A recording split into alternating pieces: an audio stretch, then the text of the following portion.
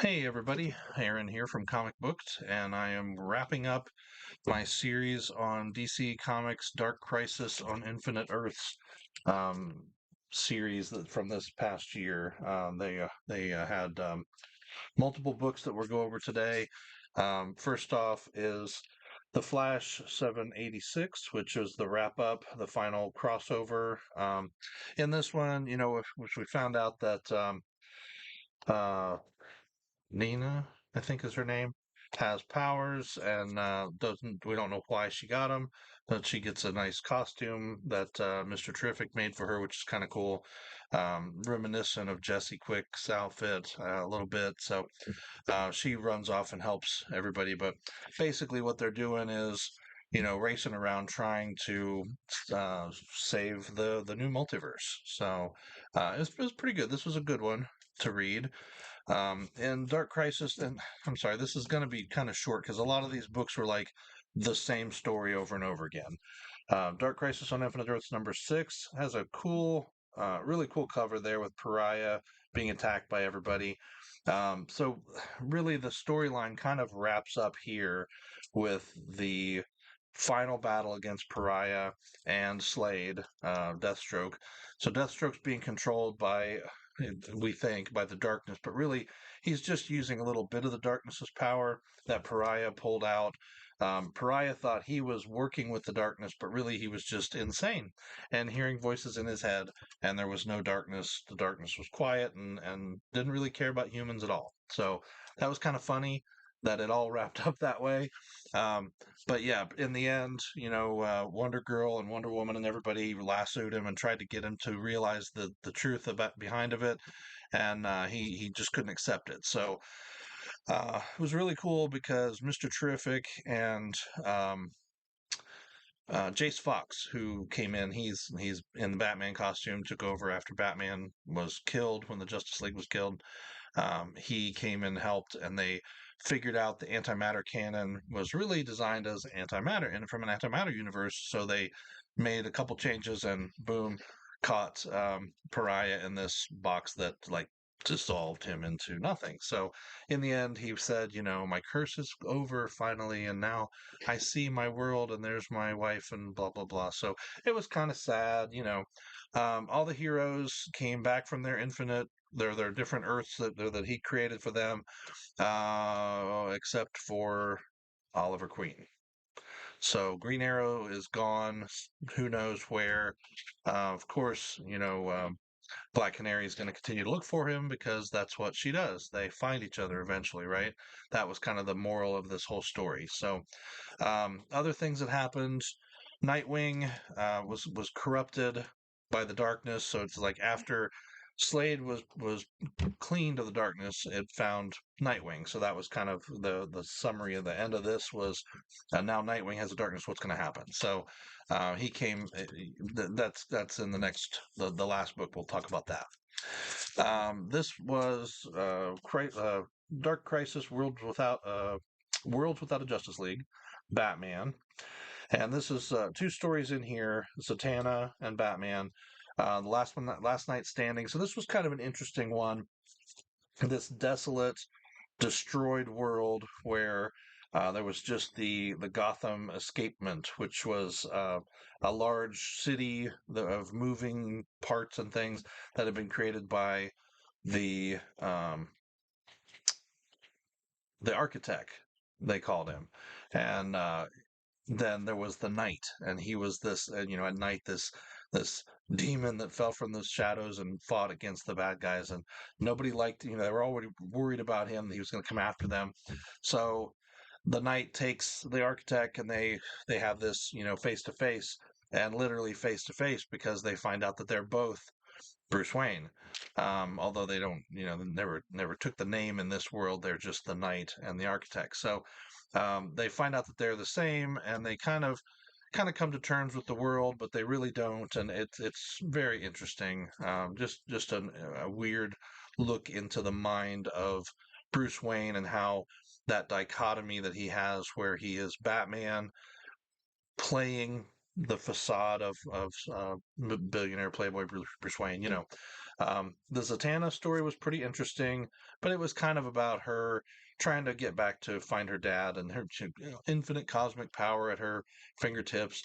And the heroes show up and they're like, "Come on, we have to go." And she's like, "I understand." And Bruce says to her, "Even if you even if you stayed in this world, there would never be enough time." And so it's kind of the way he felt too. Even though he had that world and it was what he wanted, it wasn't really what he wanted because he wanted the real thing. So interesting story. And just a little glimpse inside of the heroes. So the finale of Dark Crisis: Young Justice wrapped up. This really showed the young heroes fighting against Mickey Mixpidlick. Um, and they try, the only way to get rid of him is if he says his name backwards. Well, that didn't work. But actually, it was Impulse that came up with the plan to lock him away inside of a quantum entanglement. So that was pretty cool. It took Cassie to kind of goad him into uh, getting angry, and then they're like, if you're so great, why don't you give us our powers back and see how we fare against you? And he's like, fine, there you go. And then they're like, haha, now we got the powers, and they entangled him between two atoms, and now he's gone forever, quote unquote, right? Like they're ever gone forever. So that was pretty good. The series wrapped up, and then, they popped back in, and then they went to help. In the end, they went to help the Justice, everybody, all the rest of the heroes, not just the Justice League, but everybody fight against Slade and all that stuff. So there were two books that were sort of in betweeners: Dark Crisis Warzone and Dark Crisis Big Bang. They were interesting stories. Oh, I put the wrong one down. Sorry. Dark Crisis Big Bang was kind of interesting. Barry and Wally go off to try to figure out now that okay. So the big thing is the multiverse, infinite multiverse is back, right? The infinite worlds are back. So they try to figure out how to stabilize them, and they're semi-stabilized because of what's happened in the wrap up um, to the Dark Crisis. So as Barry and Wally are looking, Barry says, we really have to see. I think the anti-monitor's still out there. We have to make sure. If he's not, then that's fine because he's basically immortal. Even though they beat him down back in the original Crisis on Infinite Earths, he could still be out there. So they ran across all. There was this way for them to kind of showcase all the different worlds and all the different heroes and go, oh, look at this, look at this, look at this, look at all the heroes. And it was kind of interesting. In the end, they found the anti-monitor on one of the Earths, and uh, Barry's like, I can beat him, and he circles the Earth a whole bunch of times and comes at him with a super punch. And just keeps punching him and keeps punching him and keeps punching him. He's like, finally, I can beat him. And then all of a sudden, Anti-Monitor kind of gets his senses and blasts him, and he's about to kill him. And then all the heroes come busting in from all the different Earths, and they all fight, and they finally defeat him. Right, and what they do is they cut open. If you haven't read this already, I'm just telling you a summary. So, but they cut open a hole into the antimatter universe and suck him into it. So it's kind of neat. But in the end, Barry says, they're going to set it up, get him near the hole, and I'm going to punch him in because whoever punches him in gets sucked into that universe as well. So Barry runs at him, punches him. They both get knocked into the antimatter universe, and at the last second, the Green Lantern Batman comes in and grabs him with a little tendril of Green Lantern and pulls him back, and that saves him. So, yay! So it's pretty interesting. But the way to bring the Anti Monitor back in and duke it out with the Anti Monitor in a couple big epic um, George Perez like montages, So it's pretty interesting. Warzone was good. It was just kind of the battles wrapping up. But really, the big story here was Jim Corrigan, who used to be the host for The Spectre, was back. I think he had died, disappeared, and now he's back again. So he realized that the only way to stop the Spectre, who was corrupted by the darkness, was for him to fuse with the Spectre again. And the Spectre and Raven were duking it out, and he said, if I can just distract the Spectre long enough, maybe that'll give Raven the time to defeat him. And Raven uses some kind of weird chains and weakens the Spectre so that Jim absorbs him, and now with that human anchor again, the Spectre's back to being a normal being part of the quintessence. So pretty cool. The lanterns fighting.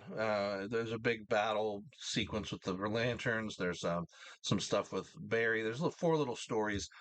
Black Canary and Red Canary here both fight together against the bad guys. It's all kind of the battles against Slade and the Dark Army, but it's good. Good little stories. I think there's 4 or 5 stories. Finally, we have the end of the Dark Crisis on Infinite Earths and the beginning, the dawn of the DCU. This is the big, okay, now here's the fallout from what happened. Here's everything that happens afterwards. Nightwing, corrupted by the darkness, he realizes though that it's the light that he gives to the world that is really the strength, and then he overcomes the darkness. And Batman finds him, and they have a little discussion about how he was really the light. Batman's like, I knew it wasn't this that drew me back. It was you. And it was good. It was touching, kind of a father son moment that was really good. Um, so in the end, Batman, Nightwing says, "Well, what do we do about the Justice League? You're rebuilding the Hall of Justice, and Justice League's going to come back." Batman says, "There's no more Justice League," and that was kind of like, "Wow, there's no more Justice League." That's like a key DC Comics thing. And Batman says the whole thing is the Justice League has to change. We have to have a new mission, a new purpose, and a new leader. And who better to lead this new version of whatever it is than you? And so he basically bestows that mantle on Nightwing to lead this new whatever it's going to become. So that was really cool. Um, Other things going on, Dr. Light was really integral in all of this to defeat the darkness, as she has this connection to the multiverse, kind of the light side where the darkness is the dark side. So she's going to explore her place in the multiverse, kind of interesting. The Justice League Incarnate has their own things. They're kind of keeping an eye on all the different worlds now. A lot of different things going on there.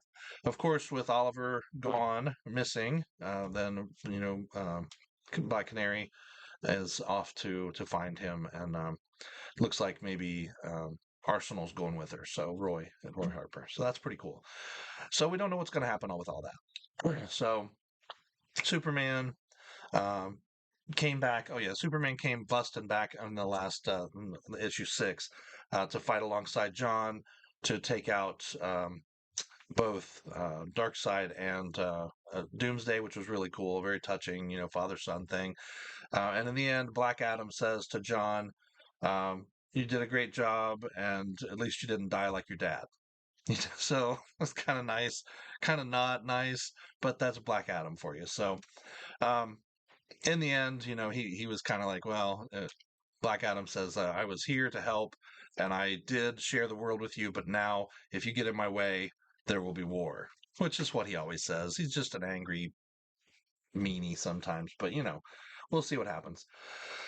The last few pages of this book are probably the key to what's really going to happen over the next year, and that is this group of faceless screens, the white faces on screens, and this person talking to him. And as soon as this person is standing there talking to him, I'm like, that's Amanda Waller. She is the most evil person in all of the DC universe, and she's talking to these people about creating some kind of a group to go out and basically imprison the heroes if they don't do what they're supposed to do. If they keep making these decisions for the world or making these decisions for humanity without consulting humanity first, that kind of thing. So in the end, the council tells her to shut up, and she's like, "Well, how dare you talk to me like that?" And they're like, "You will be silent. We don't think that that's enough. We give you the full ability to go after all metahumans and eradicate them from this world." So that's where we're at. That's what we're leading into. The complete and total eradication of metahumans as a species within the DC universe. That is the goal now of Waller's um, Suicide Squad, because that's who's all behind of her in the last scene. So it says, coming in 2023, so this will be the new big event, some kind of a big, whatever, eradication agenda or kill all the metahumans or whatever. It'll be Be interesting. So we've already been through a lot of this kind of thing on the Marvel side with the mutants and everything. So we've seen that kind of stuff happen. Although there were never that many mutants on Earth as there are metahumans in the DC universe. So we'll see how it plays out. Overall, not a bad series. Again, is it kind of anticlimactic in the end? Yes. It's like, oh, it's not the darkness after all, it's just pariah. Oh, it's not this, it's not just, it's just this. Oh, it all ends and what happened? Oliver's missing, everybody's back, the Hall of Justice is rebuilt, and they use it as a catalyst for a few small changes to the universe. So we'll see what happens. I'm interested to see how the whole thing with the Suicide Squad and Waller plays out because that'll be something interesting. I am continuing to read The Flash and a few other DC books, so I'll let you know. I'll catch up on The Flash and kind of give you a rundown on what's going on in that storyline because that's leading up to a new 1 Minute War, which I think just kicked off this last week. So that'll be interesting. I might do a little series on that one as well. But I hope you've enjoyed this. Please go back and watch the previous videos if you don't mind, if you want to kind of catch up on the whole series. Like, share, subscribe. I appreciate that. And leave me some comments. Let me know what you think. Was this an interesting series? Would you like to see it done a little differently? Should I spend, less time, more time? Should I do just one video summarizing everything out? That's a lot. It's easier to break it down in pieces. I know you wouldn't want to sit here and watch an hour and a half or 2 hours of me just talk about comic books. So maybe if there's a few other people on the show, that would be great. But yeah, right now that's not happening. So thank you, and read more comics.